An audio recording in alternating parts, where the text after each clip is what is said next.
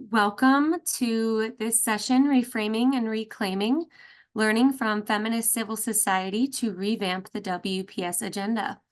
My name is Catherine Tomaszewski. I am an attorney and the Senior Legal Advisor at Charity and Security Network.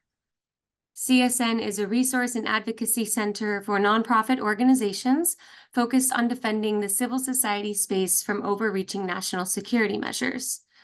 We work to promote and protect the ability of nonprofits to carry out effective programs that support human rights, peace building, and aiding civilians in areas of disaster and armed conflict. We are happy to be here presenting at PeaceCon again this year, this time in collaboration with Chemonics UK. Chemonics is a leading global sustainable development firm that helps effective development solutions reach more people in more places. Chemonics UK launched in 2019, works with the UK's Foreign, Commonwealth and Development Office, the Home Office, the Dutch Development Bank, and more to help their partners and communities that they work with to identify and apply innovative, sustainable solutions to global challenges. Today, I'm joined by a few fantastic experts from around the globe to discuss with our participants in this session today the urgent need for security policy alternatives rooted in feminist peace principles. We know that security first and militarized approaches to conflict create unsafe and unstable environments for peace builders and civil society. In recent years, these hard security approaches have co-opted agendas that were inherently designed to promote the opposite, such as the Women, Peace, and Security Agenda, by advancing and expanding militarized security policies in the name of gender equality and making war safe for women. Indeed, the WPS, which recognizes that women must be critical actors in all efforts to achieve sustainable international peace and security, was born of demands and goals of reducing military expenditures, controlling the availability of armaments, promoting non-violent forms of conflict resolution, and preventing conflict altogether. Now, nearly 25 years later, after the WPS was adopted through UN Security Resolution 1325, the way the agenda has advanced has caused some to take issue with the overemphasis on increasing women's participation in security and military apparatuses instead of opposing and transforming the conditions that lead to violence in the first place. Today, we hope to explore the differing perspectives and experiences around WPS implementation and its impacts on civil society work, and how we can work together in coalition through the framework of feminist peace principles to revitalize the agenda's original goals of conflict prevention and sustainable peace. We will hear from civil society working on WPS implementation in conflict settings such as Ukraine, and from civil society working to rekindle faith and peace building through the WPS in Jordan. Our goal is for this to be a participatory workshop where we can discuss and interact and brainstorm. We know that there is no unified perspective on how to achieve international sustainable peace. We know that there are differing perspectives on how the WPS should be implemented, and we know that there are differing perspectives on feminist peace as well. Our goal is for this to be a participatory workshop where we can discuss, interact, brainstorm, and turn to you, our participants, twice to participate and share your experiences with WPS implementation, and to work together to brainstorm ways that we can coalesce through transformative, intersectional, and inclusive approaches to peace that prioritize cooperation and also collective human security. I'd now like to turn it over to our speakers to each introduce themselves and their organization. I'd love to begin with Sana. Thank you. Thanks, Catherine. So in the beginning, I would like also to welcome the audience, the participants to our session. Hello, everyone. My name is Sana Kasmia. So I'm working with the Chemonics International UK division. I'm working with the Chemonics in Jordan. So I am based in Amman, Jordan. And Chemonics, we are leading on the implementation of a project which is Women, Peace and Security System Strengthening, TAMASOC.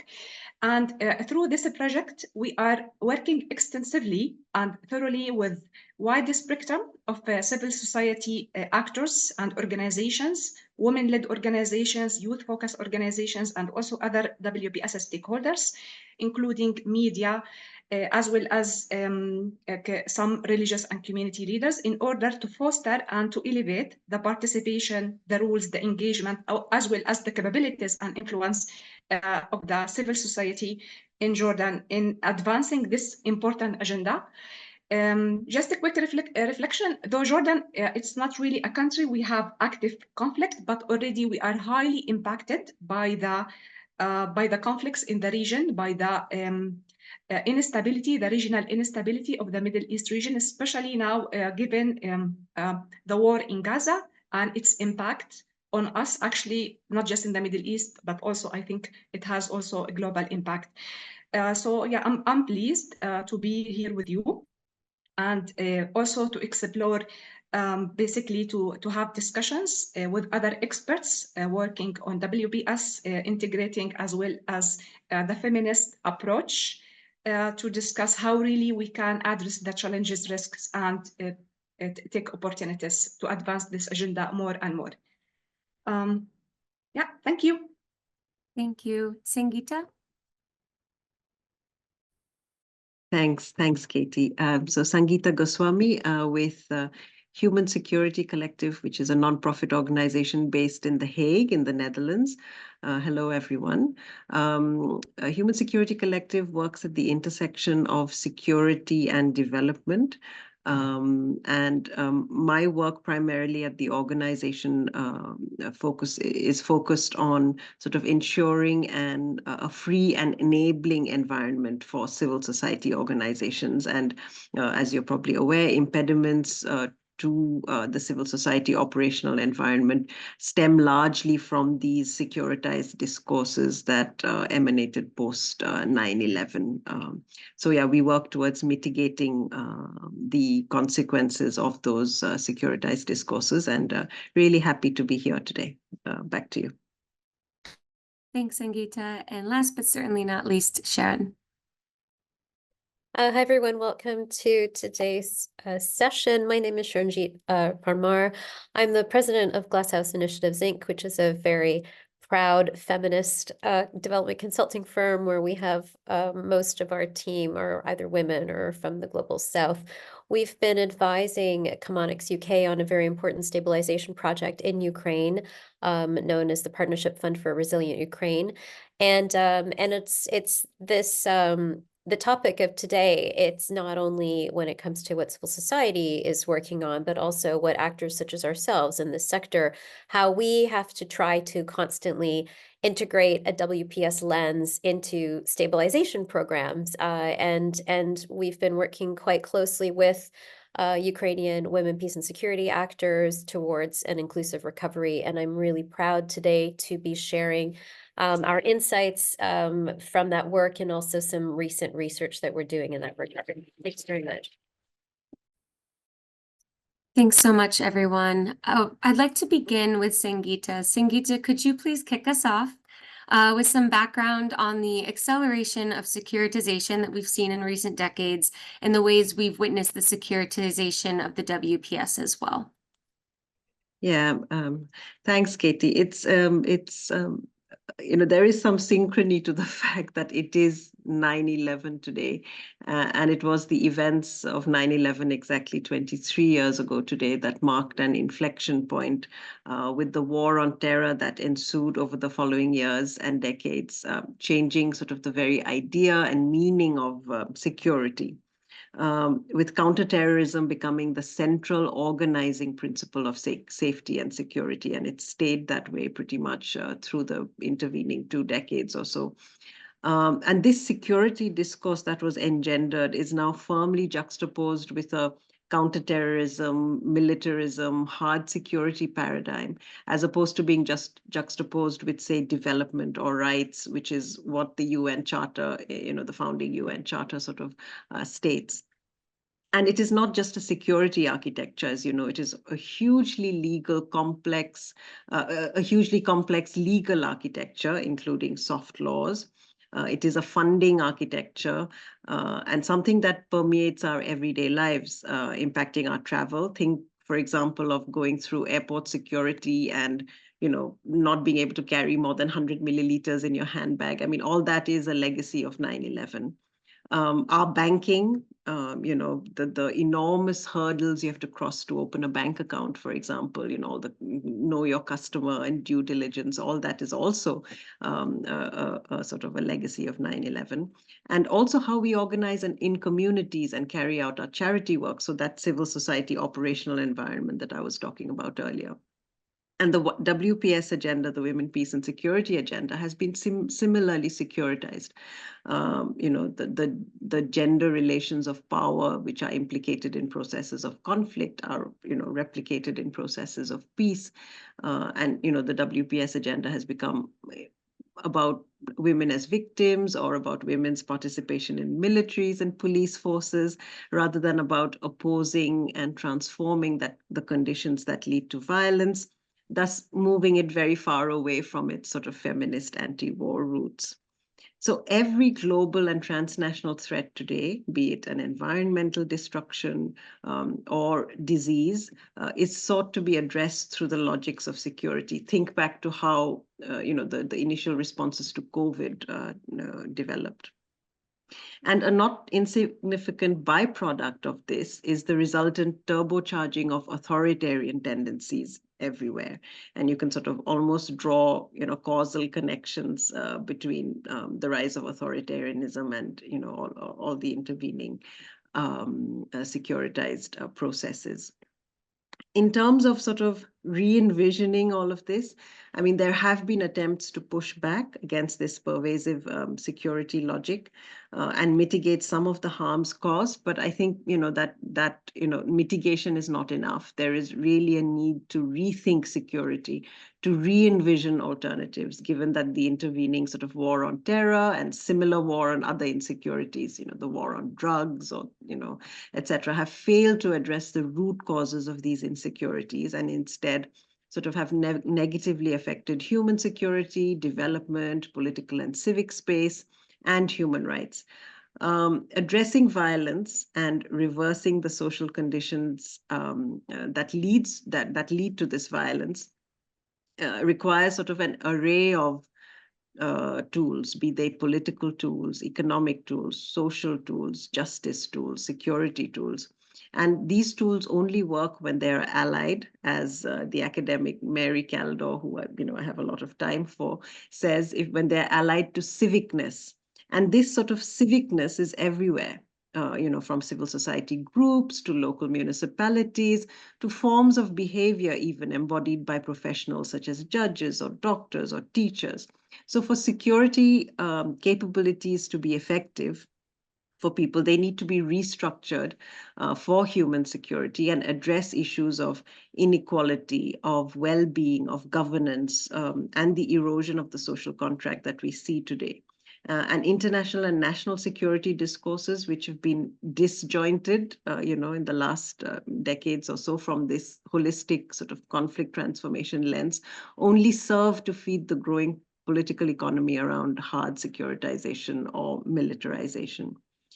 This transformative work of peace building that is required is carried out by individuals, it's carried out by organizations, by communities in difficult contexts, bolstering a vast array of tools required to ensure the security for all. And these peace constituencies do not have the same resources, of course, or access to power as the security apparatus. The incumbent security apparatus, and their timeframes are long-term. The purpose is different, the objectives are different, and their understanding of the drivers of conflict and factors for peace are also different.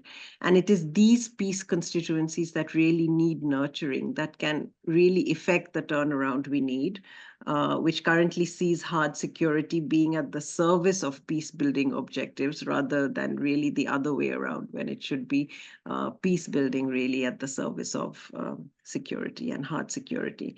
And I think I'll stop there for now, Catherine, and maybe we can pick up the conversation on what these constituencies potentially look like later on, probably.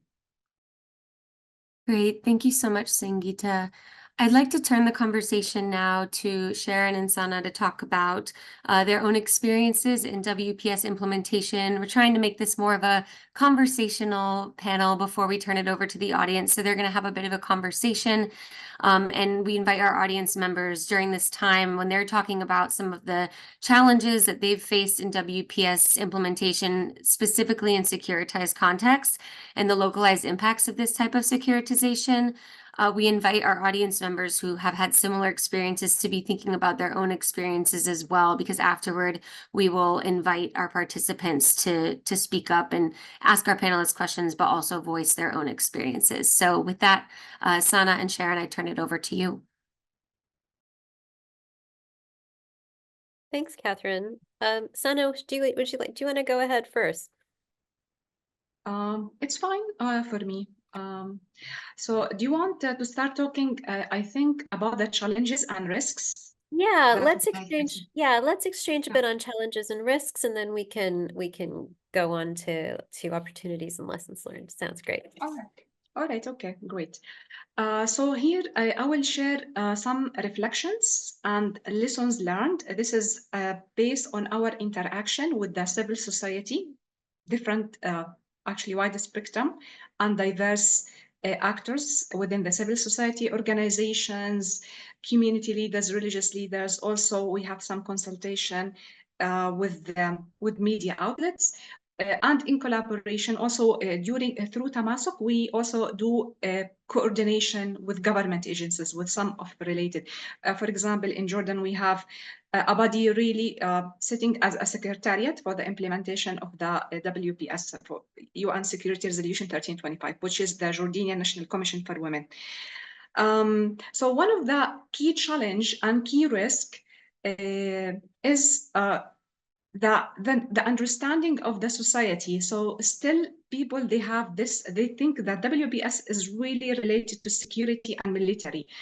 So that's why, for example, the National Action Plan, the Jordanian National Action Plan, was really focused about increasing participation of female force within the police, within the military, which is something already Sangeeta has highlighted in her intervention.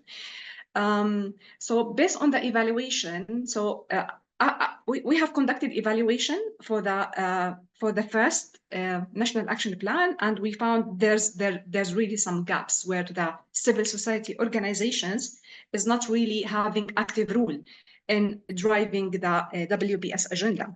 So that's why the second National Action Plan, it tried to capture and to build on these lessons learned from the implementation of the first plan by enhancing the rules of the civil society organizations through different aspects, like capacity strengthening, providing grants or funding for them in order to enhance their sustainability, the sustainability of their operations, also enhance the coordination mechanism as well in terms of the WPS. So this is really a challenge. Still, people, they have misconceptions, especially at the grassroots level. They believe, oh, it's not really, some actors, WPS is really related to the police, the army, the military, not really clear for them. It's also the civil society, the community. Also, it's they should be highly involved in this because also security, it has, for them, for most of the people, security means it's lack of war or lack of conflict, but also security and stabilization. So this is actually another risk or a challenge, that security is very broad when we talk about security and stabilization. So definitely we should also look to the community security, to the personal security, to the environmental security, which is basically the different components and principles of the human security. Because for example, if there's a community, there's no really active conflict or war, but still there are other problems that it can be happen. Could be like high rate of crimes or high incidences of domestic violence, gender-based violence against women and against girls. So this is actually also impacting how people, the perception of people about the WPS, which is a key risk and a challenge. So yeah, this is one of the key risk and the challenge. Another area I would like also to Anna, highlight. can I just jump in before you continue? Just because I do see some interesting parallels in Ukraine. I think this notion about local perceptions and attitudes around these questions is really important. And I think just on reflection and preparing for this panel, you know, this sort of militarization of the WPS agenda or increased securitization, it's also reflective of, it's not only reflective of geopolitics, which is, you know, there's clearly a preference for militarized or military solutions as opposed to political solutions. And once you see the scales tip in that direction, that immediately tilts where the WPS agenda gets situated. But what's interesting, I think, from the perspective in Ukraine, is that you know, Ukrainians are overwhelmingly behind the war effort. There is no political solution to the war in Ukraine.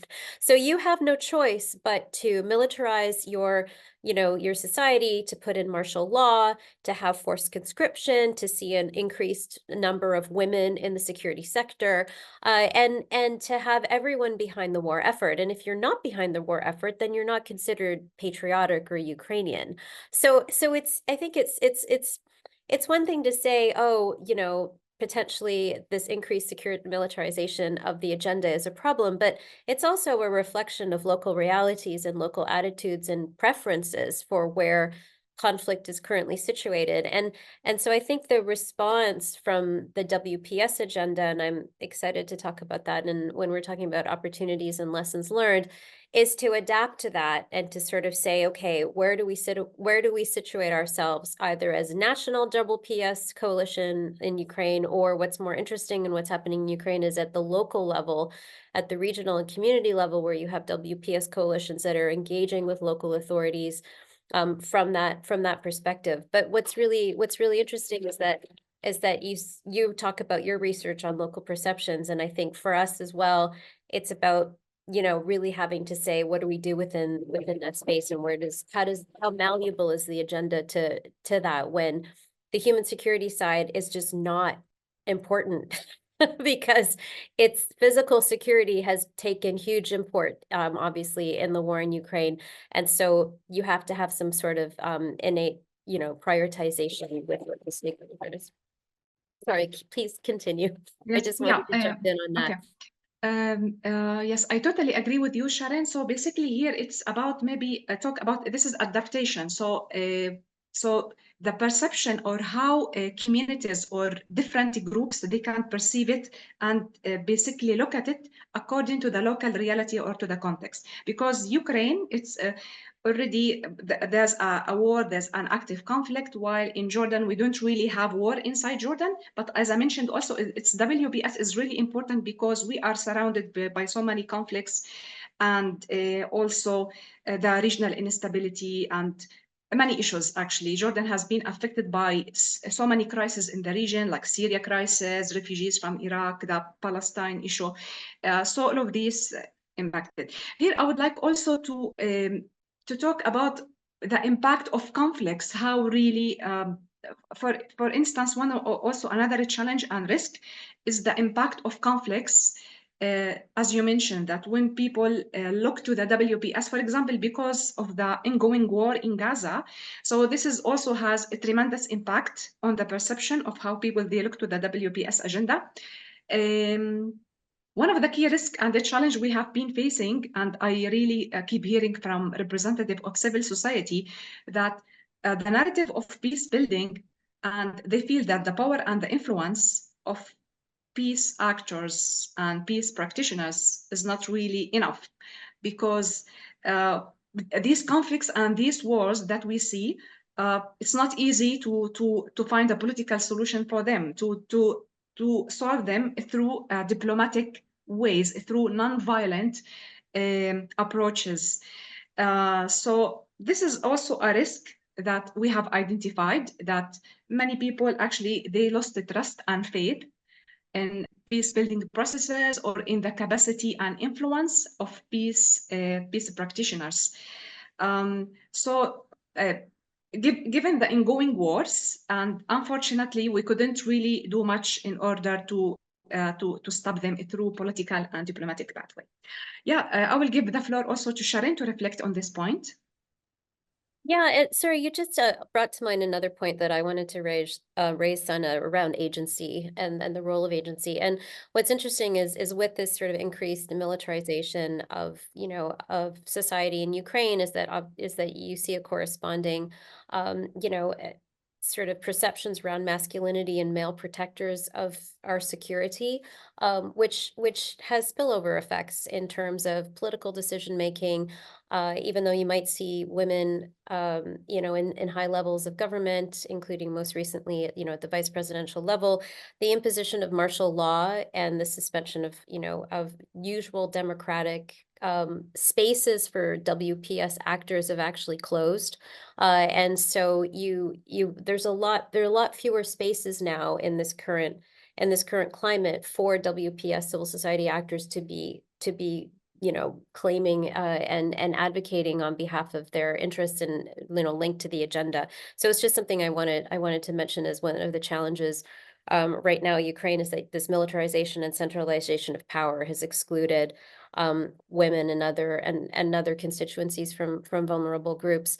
And yet, on the other hand, what's really interesting is that because of forced conscription and et cetera, you see women's roles changing quite dramatically in Ukraine. So while they might have less political agency when it comes to, for example, decision making, especially for civil society organizations, on the other hand, you see them taking a much more important role when it comes to, especially with forced conscription, when you have, in terms of livelihoods, caregiving, being responsible for maintaining the household, and that actually makes them even more vulnerable to other forms of violations, and in particular for women who are running households in occupied territories, for example, where they're at risk of being labeled what are called collaborators. And so collaborators, there's a collaboration law that's quite broad, and essentially, if you're seen or perceived as collaborating with the Russian Federation or Russian allied forces, you can be prosecuted under the law. And most women tend to be in positions where they would have to collaborate with an occupying power. For example, women in public sector services, women accessing health and education for their families and their communities, or utilities. So this question around agency and roles that shift as a result of increased militarization in a ongoing armed conflict, has real implications for the roles and responsibilities of women, and also tends to, will make them potentially more vulnerable to other forms of violations as well. To reflect on this, I think this is something also similar we found in Jordan that is still active, because WPS also aims to enhance the active participation of women in peace building processes, in negotiations, conflict transformation, as well as basically in mediation process. We found that if women are not really empowered in a good way, like politically empowered, they are not really on those leadership positions who can make influence and contribute to the decision-making process. So that's why it will make their contribution and participation to the WPS agenda still fragile. So this is also another risk, that in Jordan, the political participation, also economic participation of women, is not super great. It's improving, especially the political participation. So we don't really have many women in senior leadership positions who can really advocate and have big influence on these political and the WPS agenda in terms of negotiations. And I think also this is something globally. So we are reflecting in Ukraine and in Jordan, but unfortunately, even at the global level, still the contribution of women in peace building in the negotiations process is not really as we aspire for. Though the conflicts deeply impact the women, and also sometimes women are they are suffering from these conflicts and they really there's really a specific trauma that they can take from these conflicts and wars with them, including domestic violence, sexual related also violence that happens during conflicts and wars. Sangeeta, your hand is up if you want to. Yeah, just wanted to respond to both you and Sharon, actually, and it's a question more for Sharon. I mean, one day the war will be over in Ukraine, and then you don't want to lose the peace at that point. I mean, just thinking about the WPS agenda and alternatives that you can already start building on the ground. Yeah. Do you see any possibility of that? Because the real danger is that the war will be over, and then then you don't want to make a start at that point. You need to lay the groundwork. No, absolutely. And I mean, it's a great segue. Thanks, Sangeeta, to just opportunities and lessons learned. So what's really interesting is actually going local, and these women, these WPS coalitions at the regional and at the community, at the oblast and the Ramada level, have been really involved in what I call an inclusive recovery. So the thing about Ukraine is that obviously there are shades of conflict, and in terms of conflict affected regions. So you have, the front line, you have occupied territories, you have liberated territories, and at least in liberated territories, or territories that had been temporarily occupied, there's quite a lot of space for the WPS agenda. And because the normal political channels through which these coalitions have operated before, let's say, the full-scale invasion, so since 2014 to 2022, since those have shrunk, it's actually reconstruction efforts where we've been supporting, for example, and working with local civil society efforts to try to push forward for inclusive recovery. So just by way of example, in one oblast, a WPS coalition actually successfully advocated for gynecological diagnostic services to be provided in their area, and those weren't even available before the full-scale invasion.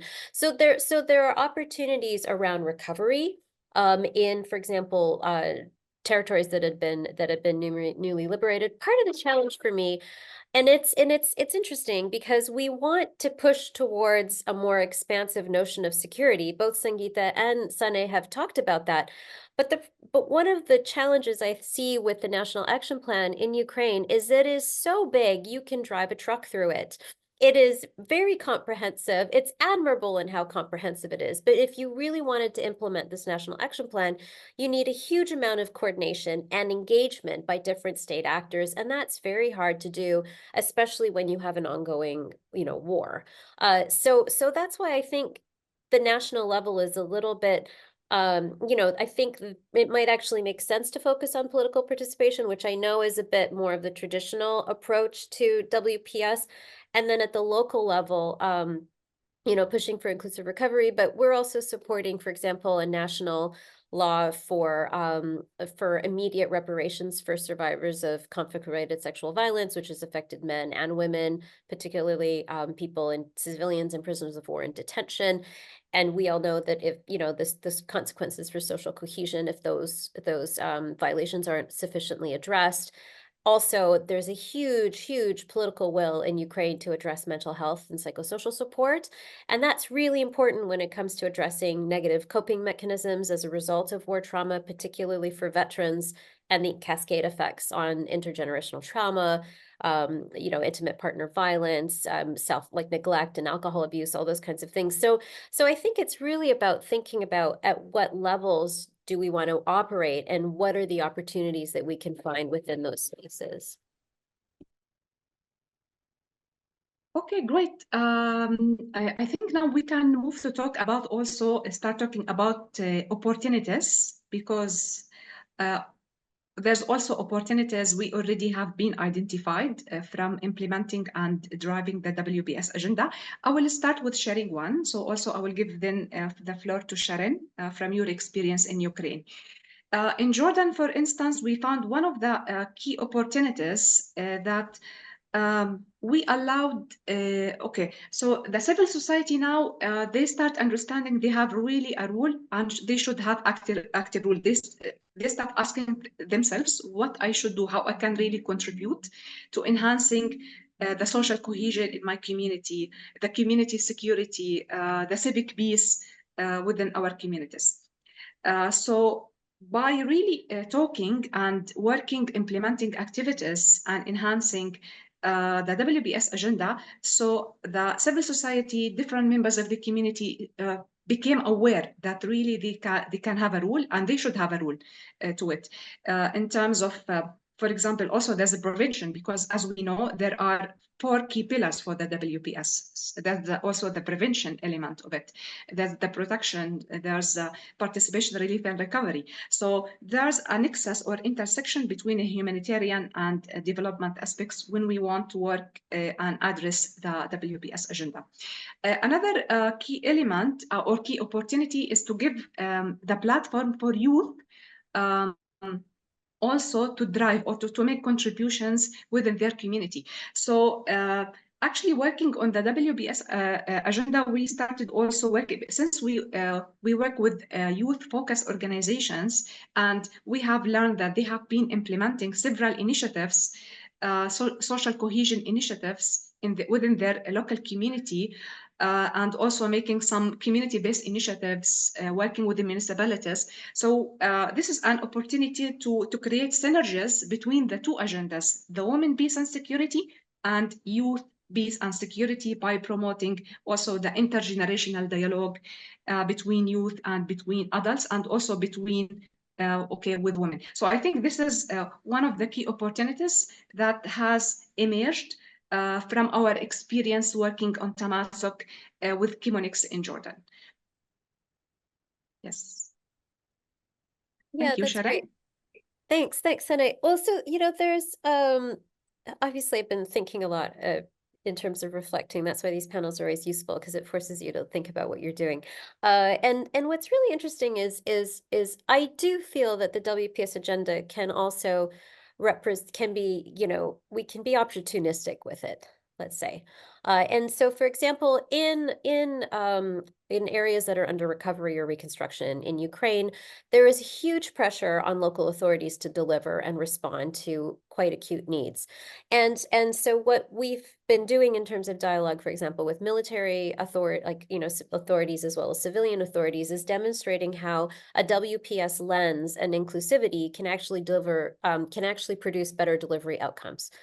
So, in the sense of, if you do things in an inclusive manner, then that will ensure that whatever area of reconstruction, you're engaging with, that's done, that there's going to be more ownership, more buy-in, more use, and therefore more value for money for what your particular area is. So in terms of engagement at the local level, using that sort of inclusivity lens and demonstrating how the WPS agenda can actually deliver better reconstruction outcomes is something that I think is really important, and a really strong takeaway from what WPS coalitions at the local level in Ukraine are doing.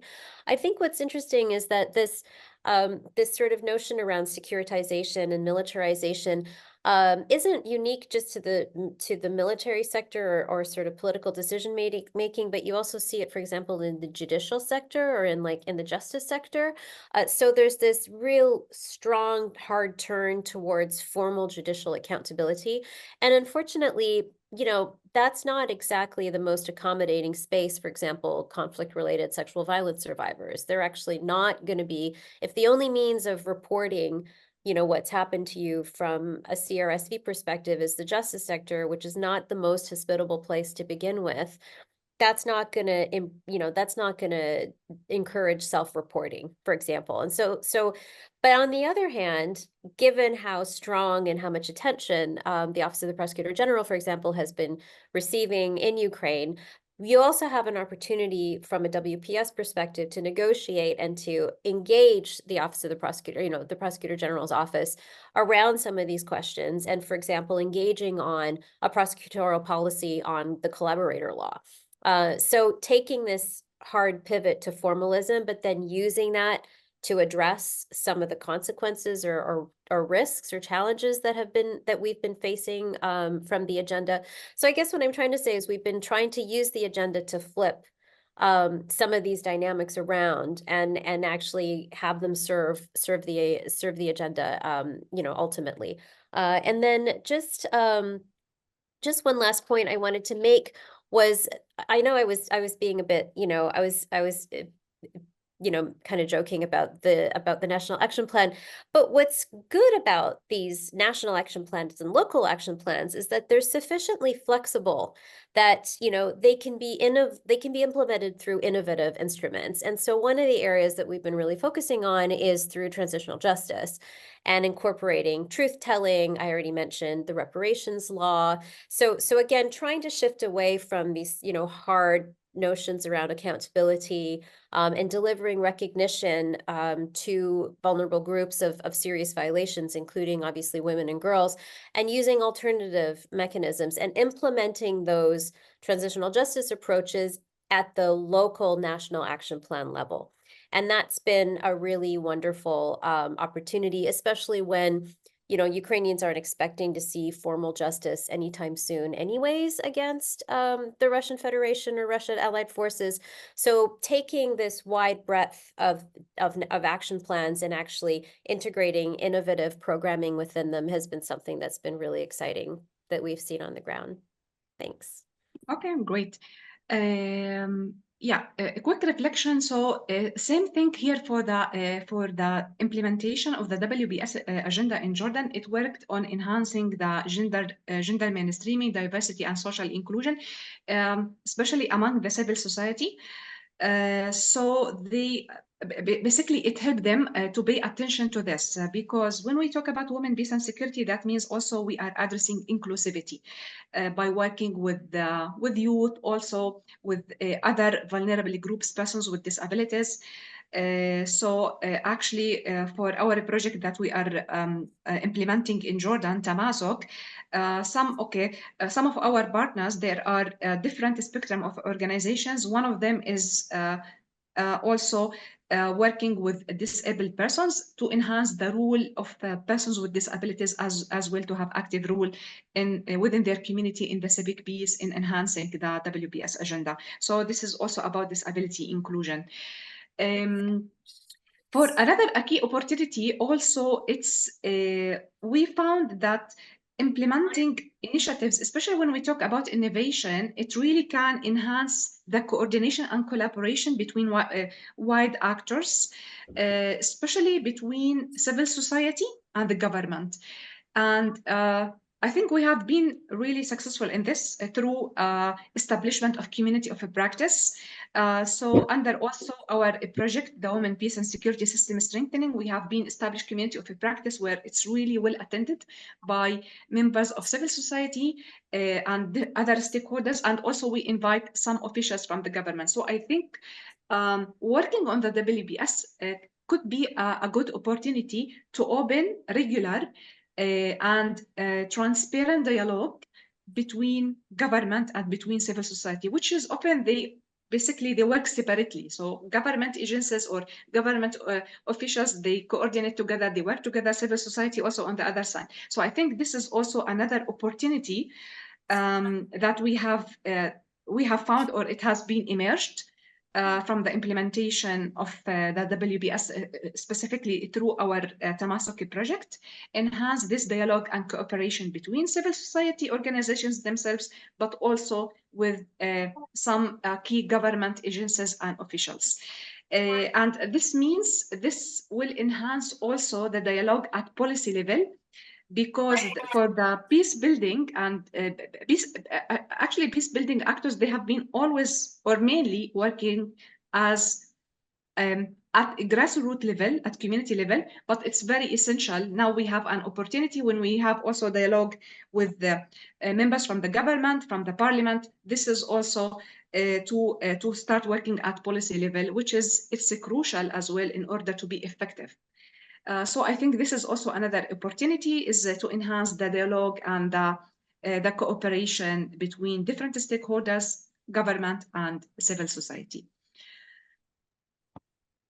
Thank you both so much. I'm going to jump in here, and I think this is a great time for our audience to hop in with any sort of questions or experiences that they also want to share. Just pulling out a few key points from both of your conversations is, talking about not only challenges, but opportunities within WPS implementation. How can we be recognizing the challenges that we're facing, especially in implementing an agenda rooted in peace and peace building during conflict without, contributing to over-militarization or expanding the securitization of a peace agenda? And how do we also, take advantage of the opportunities that it does present for us to engage with governments with national action plans to implement the goals of the WPS? And then also just something that I think that Sana said that really struck me when we were preparing for this panel, and struck me again today because it was a theme in yesterday's Peace Cons panels, is the loss of faith in peace building and the feeling of fatigue that people have around pushing for peace and for these agendas, especially in our current context, especially in a place like Jordan, being surrounded by other conflicts, seeing what's happening in Gaza. And so if anybody has any reflections on that as well, I think that that's something that everybody's feeling, and it'll contribute a bit to our conversation later on solutions and how to think of a way forward and coalesce and come together as civil society to face that challenge. But yeah, we'd love to open it up now if folks would like to raise their hand, or they can contribute in the chat, ask our panelists questions, or just share their own experiences in implementing the WPS in their own civil society work. Erin, go ahead.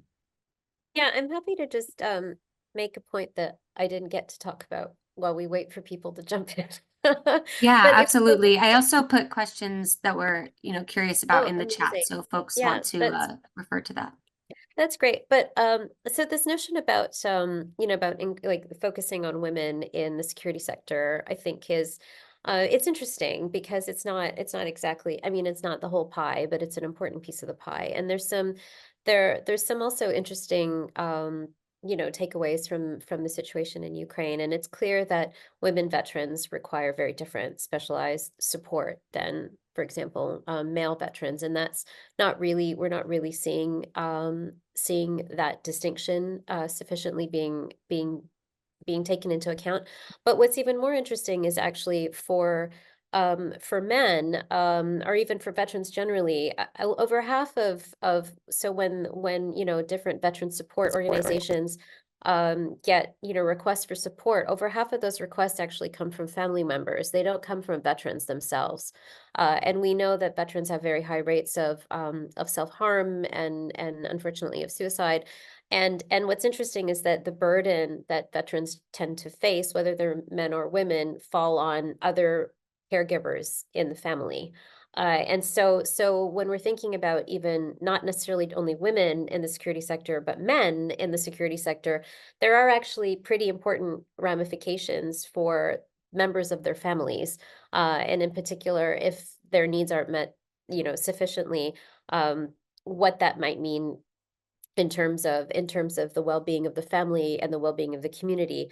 And in terms of opportunities, again, when we're talking about an inclusive recovery, one of the sort of advocacy points that we tried to promote with WPS partners is the importance of supporting the family and the community as opposed to just the individual. And so taking a more holistic approach and again, using these WPS coalitions to advocate for the real needs of their communities through the lens of their respective action plans at the local level has also been an interesting way to engage with that sector. Thanks so much for that. Yeah, that is very interesting. I'm glad you had time to bring up that point. I think, to Sangeeta's point as well, it's important in a context such as Ukraine, where you're in a current conflict, to not just be thinking about the present, but of course always be thinking about reconstruction efforts, the future, what's going to be needed to be put in place now, and how we can be implementing the WPS that way, so that in the future, in a time hopefully of peace, we can be implementing those core principles as well. We did get a question in the chat from Jessica, and she asked, what are you seeing in your context how donors and programs can support capacity building in female CSOs. I would like to answer this question. Yeah, this is really great question because also, so I can really share and reflect from the project that we are implementing, Chemonix in Jordan, because the project that we are implementing is working to enhance the capabilities and the sustainability of the civil society organizations. There are different ways where donors and basically, yeah, can support these organizations advancing the WPS agenda. One of them is to provide capacity development, capacity strengthening for the women, for feminist leaders about really specific themes, which is related to the WPS agenda, which is conflict transformation, conflict analysis, also how to do a proper conflict analysis to understand what are the key actors and the players in conflicts, what are the different methods for the nonviolent basically how to resolve the conflict management, conflict transformation, and also for the mediation. So there are many technical and many skills that if these activists and women leaders, women-led organizations, that they can upgrade, so their contribution to the WPS will be enhanced.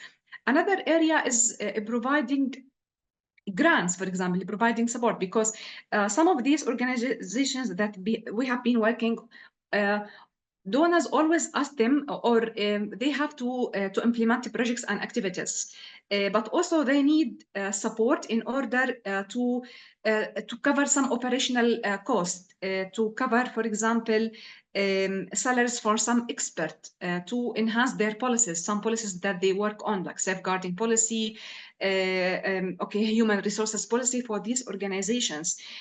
So they need this support, which is it comes under the framework of core funding. This is also another approach or another mechanism where donors can support these organizations. Another mechanism approach is to create this enabling environment or this atmosphere for enhancing and encouraging the dialogue and cooperation.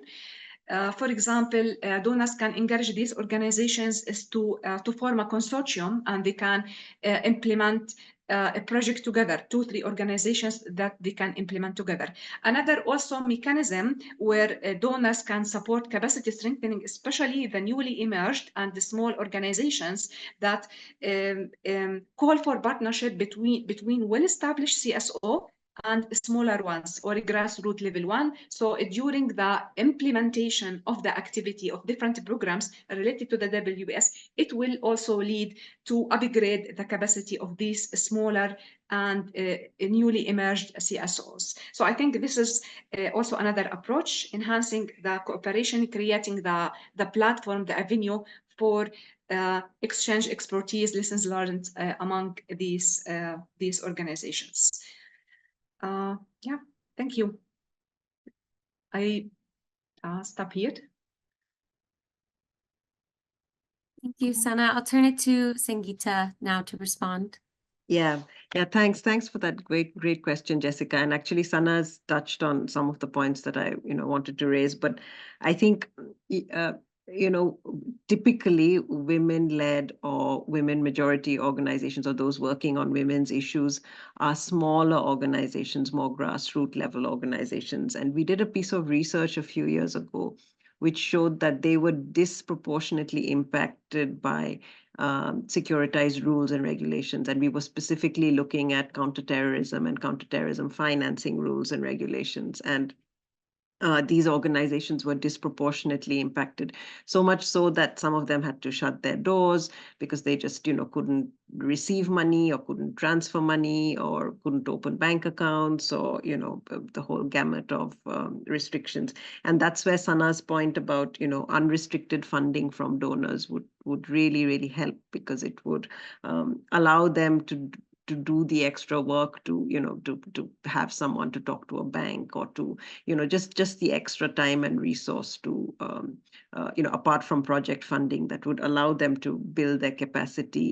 in sort of other areas around governance or accountability, or just the management of the organization, etc. So yeah, just that quick point. Thanks.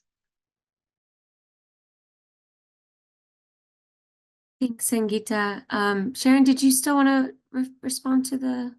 Yeah, I'm also very grateful for this question because I've been doing this for a long time.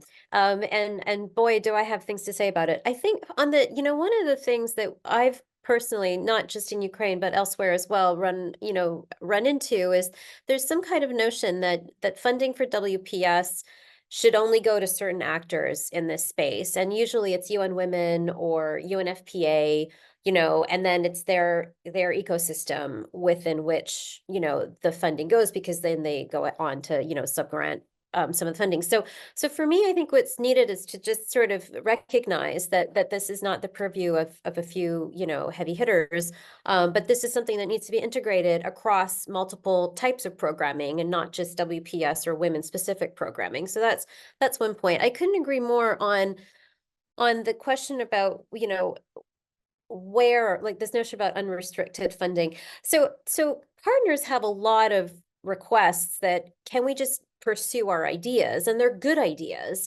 But what I think is needed is to accompany and support and coach civil society actors through a co-design process. So keeping the parameters flexible so that they might have some good ideas that, for example, donors or even bigger, organizations that are subgranting haven't thought of. And so keeping the space open to be creative, but in that process, working and building capacity with especially some of these smaller organizations on how to fit, that into what can sometimes be very complicated, requirements from other actors subgranting. So combining the coaching and the mentoring along with a space where there's freedom to do that is really important. And so those are more further questions. But I think that there's still a really huge need to be pursuing workarounds around social norms, and in particular, gender norms. And what's interesting, for example, in the situation in Ukraine is that because there's so much social solidarity and cohesion in response to this common, enemy of this, of the occupier and the invader. There's been a huge shift in terms of tolerance and flexibility, whether that's on LGBTQI, communities, Roma, displaced communities, because people are coming together. And so trying to preserve some of that social cohesion is really important.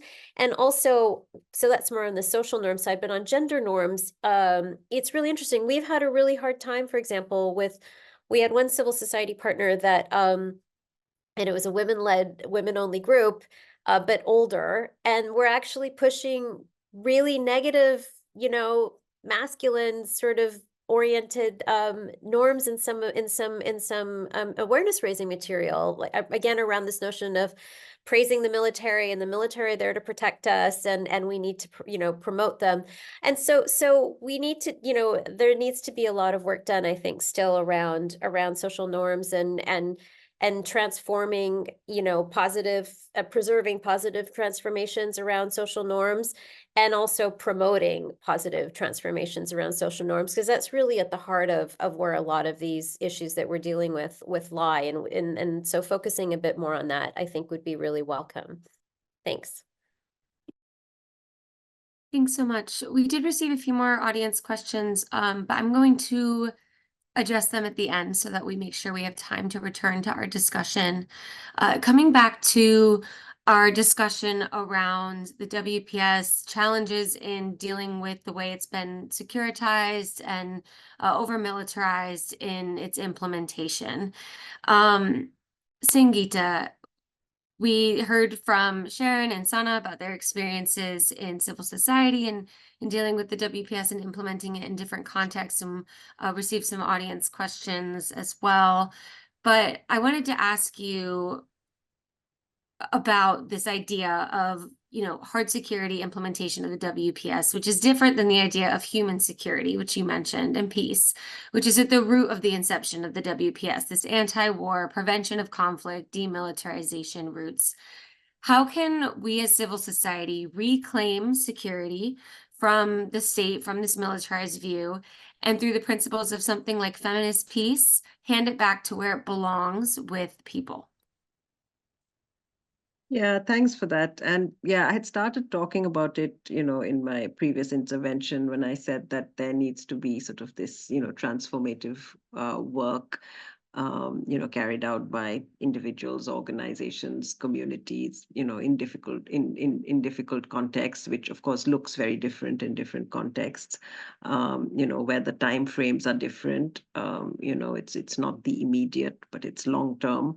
The purpose is different, the objectives are different. And there is a deep understanding of the drivers of conflict, basically. And it's these constituencies, whether they're organizations or individuals or activists, etc., that need nurturing to effect the turnaround we need. And one such constituency, which, Charity and Security Network, the organization you're part of, and us, we're sort of also part of, is the SPAN network, which is the Security Policy Alternatives Network, which was founded in 2019 and is a coalition of nonprofits and activists and researchers, which is seeking to sort of advance alternatives to the current status quo. And network members work together on strategic advocacy, what Sana was talking about. So, talking to government and to policymakers at both national level, regional level, international level, so the norm setters, the standard setters, but also, working together on programming, working together on communications initiatives, all to sort of disrupt the vested interests and the fear-mongering narratives that promote today's or underlie today's security interventions and stop them causing harm, but also sort of pushing for accountability, pushing for peace and human rights, pushing to protect the space for peace, for rights, for development, for humanitarian work, to succeed independent of securitized objectives or of securitized approaches. So SPAN sort of envisions reclaiming security from the state and the military and handing it back where it belongs, with the people. And as I'm saying this, I'm thinking of Sharon's points about Ukraine, that it's not always possible to do it when there's an active conflict. I understand, but there are ways by which you can, I think, lay the groundwork of it. Even while there is an active conflict, and you work with the people, with communities to do this, and sort of these visions for the future sort of align with the principles of feminist peace, which encourages a transformative, intersectional, and inclusive approach to peace that is sort of inherently anti-war and anti-militarization, and pursues lasting and meaningful peace through the amplification of grassroots communities that prioritize cooperation and collective human security. So all the different facets of security that Sana was laying out earlier: food security, economic security, etc., that form the gamut of human security. And a security framework based on feminist peace sort of takes into account existing societal gender and power dynamics and analyzes how they are amplified by, patriarchy, for example, or by neoliberalism and by harmful security frameworks. And alternative trajectories, of course, are context dependent. So there's no one size fits all, for all contexts. And Sharon, when you were talking of norms, I was also thinking about this point that,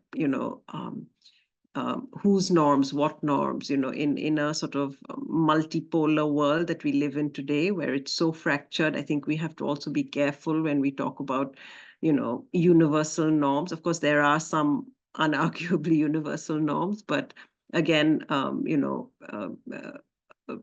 think context sensitivity is important. While sort of pushing some universal norms.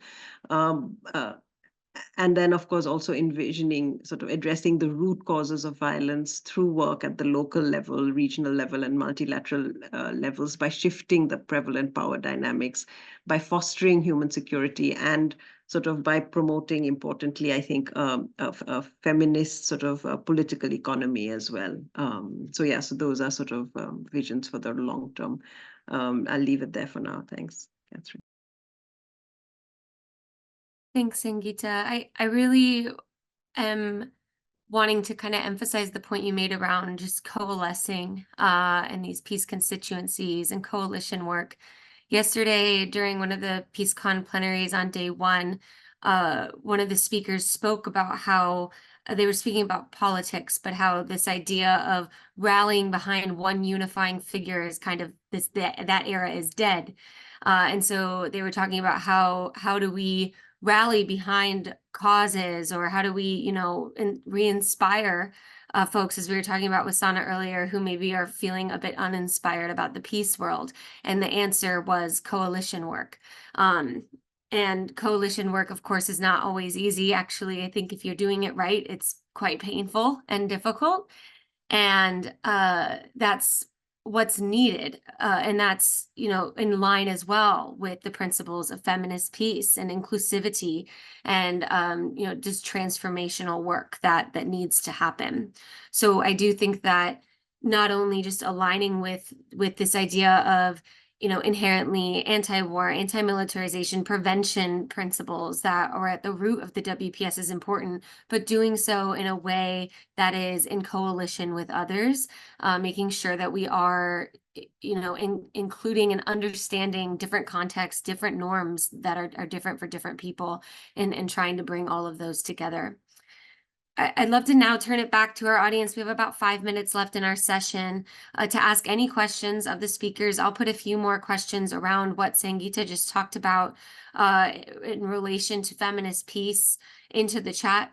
Some of the questions that might be useful for our panelists or for our audience members is how can we frame these anti-war, demilitarized foundation principles of feminist peace when we're speaking to policymakers, especially when we're in very over-securitized spaces, and that is the norm that we're dealing with. Also, do any of our participants or our panelists have examples of successful alternative approaches to the current hard security status quo, like Sangeeta mentioned with the Security Policy Alternatives Network? And what are your experiences in coalition building and peace constituencies? Where have you seen successes? Where have you seen challenges? What can we replicate across the board and in different contexts so that we can all move a little bit closer to this goal of conflict prevention and sustainable peace? So with that, I'll open it up to our audience and our panelists just for the last few minutes.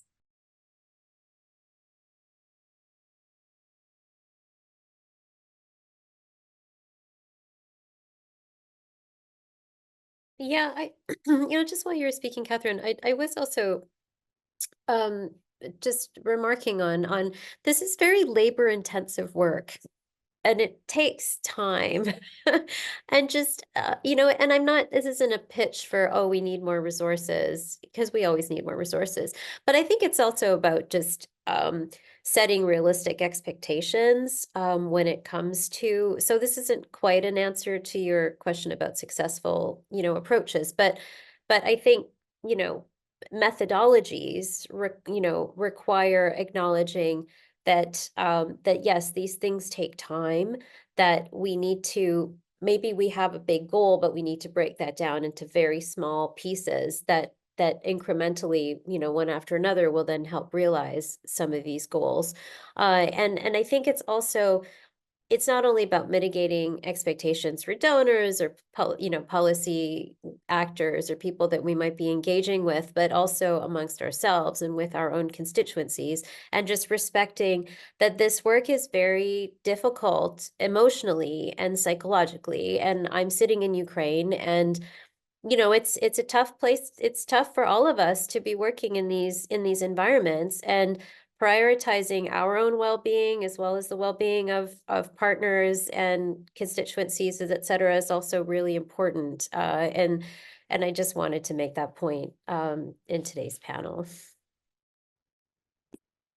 Yeah, thanks, Sharon. If I can just jump in, it's also labor intensive because you're sort of pushing against these big structural forces, right? So if you're thinking of feminist peace, you're pushing against, the entire sort of framework of patriarchy, the entire framework of neoliberalism. And those are sort of so embedded in everyday life that you're trying to fashion an alternative, and yeah, as you say, it's good to break it down into small bits, and that's the only way you can do it. Unless there's like multiple revolutions or something. I'm not averse to that either. But yeah, so I think it's exhausting, emotionally, mentally, physically, in every which way, because we are straining against these massive structural forces, basically, which have been in place for decades and decades. For me, I will also would like to make a quick comment, reflection about the coalition building and alliance building. Here, if the organizations or of the members of this coalition, they see the compounded impact that they can really make. So this is really will motivate them to take more steps.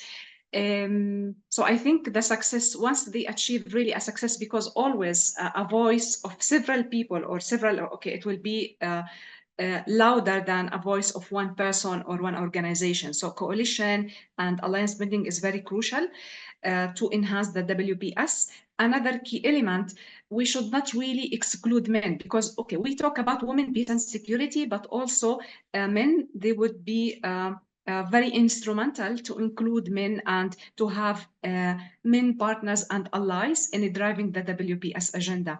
And this is basically, I believe always in any advancement for active participation of women in any program, not just political participation in peace processes. So it would be really, I think it would be really crucial to have men who could be champion as well for the WPS agenda, to be very supportive, to be allies and partners. This is actually will make it more inclusive, because we have been, and Sangeeta, you mentioned, feminist peace building is about really make it intersectional and inclusive. And I think that's why involvement of men in the WPS agenda is really significant. Yeah, thank you. Thanks. Sharon? No, I was just applauding Sana because Oh, it's I thought you had your hand very up. important. No, sorry, I was clapping. Yes, I think I'm glad that was mentioned. I think it was mentioned a couple other points as well, just inclusivity as well. The WPS has been criticized for, not only in regards to the implementation of WPS principles in the militarized and securitized sense, but also just lack of inclusivity in, LGBTQ plus individuals as well. And so I think that that's a crucial part of revitalizing and revamping those goals as well. So we are out of time. I'd just like to thank our panelists. Thank you so much to all of you for your participation, and to everyone who attended today's session as well. Yeah, please feel free to reach out with any follow-up questions, and have a wonderful day. Thank you all.